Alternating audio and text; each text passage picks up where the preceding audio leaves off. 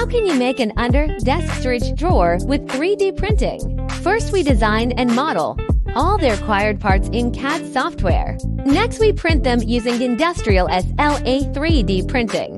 The printing process takes around 10 hours.